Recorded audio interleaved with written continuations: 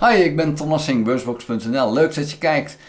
Rusland heeft een klacht bij YouTube ingediend. En die klacht is dat YouTube volgens Rusland onterecht meer dan 200 Russische kanalen heeft geblokkeerd.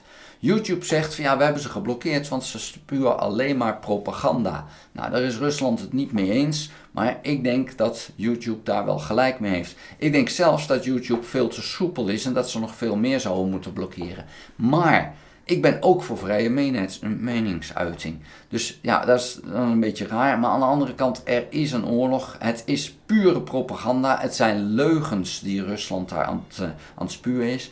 En ik denk dus dat het een goede zaak is om die leugens gewoon te blokkeren.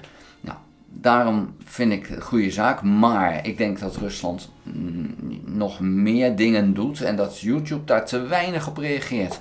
Als ik een video maak, maar ook bij anderen, dan zie je dat de Russische bots, daar gigantisch op reageren. Al die kanalen, al die accounts, die zouden ook geblokkeerd moeten worden door YouTube. Dat doen ze niet, want ook die bots leveren geld op. Want die bots creëren dat er advertenties worden getoond en daarmee dus geld oplevert voor YouTube. En ik vind dat geen goede zaak. Ik vind het jammer dat geld daar zo makkelijk een rol in speelt. En we zien het overal. We zien het ook in Amerika.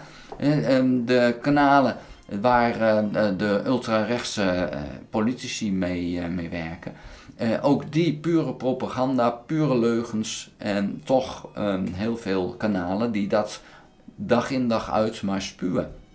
En ja, waarom? Ja, het levert geld op. Het levert kijkers op.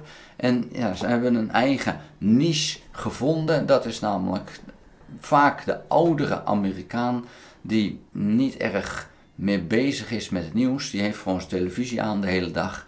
En ja, daar kan je op blijven blazen. En ja, dat doen ze dan ook. Slechte zaak. Het betekent dus dat zoiets als nieuws en propaganda, dat staat los van wat voor samenleving je hebt. Of je nou in een democratie of een dictatuur leeft, die propaganda krijgt daar zijn ruimte. Als het bij een dictatuur is, dan is dat de dictator die zegt je moet het doen. En is het in de democratie, dan zegt eigenlijk de commissie je moet dit doen, want het levert geld op. Maar hoe dan ook, we worden wel gebombardeerd met van alles aan propaganda en dat is jammer. En natuurlijk is het niet exclusief voor ultrarechts, maar dit voorbeeld wat ik nu gebruik in Amerika, daar is het dan wel. In andere landen is het anders. En ik zal niet zeggen dat er in Amerika geen linkse propaganda is, maar veel minder dan rechts. En dat is dus eventjes het punt. En ja, als je 10% van links en 90% van rechts, dan is het niet zo gek dat je rechts dan als voorbeeld neemt. En vandaar dat ik dat dan ook doe.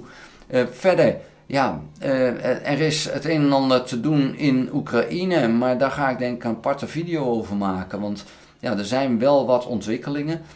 Ook in Rusland een ontwikkeling. Vanochtend bekend geworden dat er mogelijk bij Rostov een kerncentrale een probleem heeft in Rusland. Ze hebben daar iets gedaan waardoor er een radioactief stoom naar buiten is gekomen. Dat is wat ik heb gehoord. Ja, we weten van Tsjernobyl vroeger dat de Russen niet zo happig zijn om dat soort zaken openbaar te maken. Maar blijkbaar is er iets misgegaan met een kerncentrale. Daar wil ik het voor nu bij laten. Leuk dat je keek. Heb je nog geen abonnement op dit kanaal? Abonneer je dan. Druk dan ook op belletje, krijg je notificaties als ik een volgende video gemaakt heb. Vond je het video interessant? Geef een duim. Tot de volgende keer. Houdoe!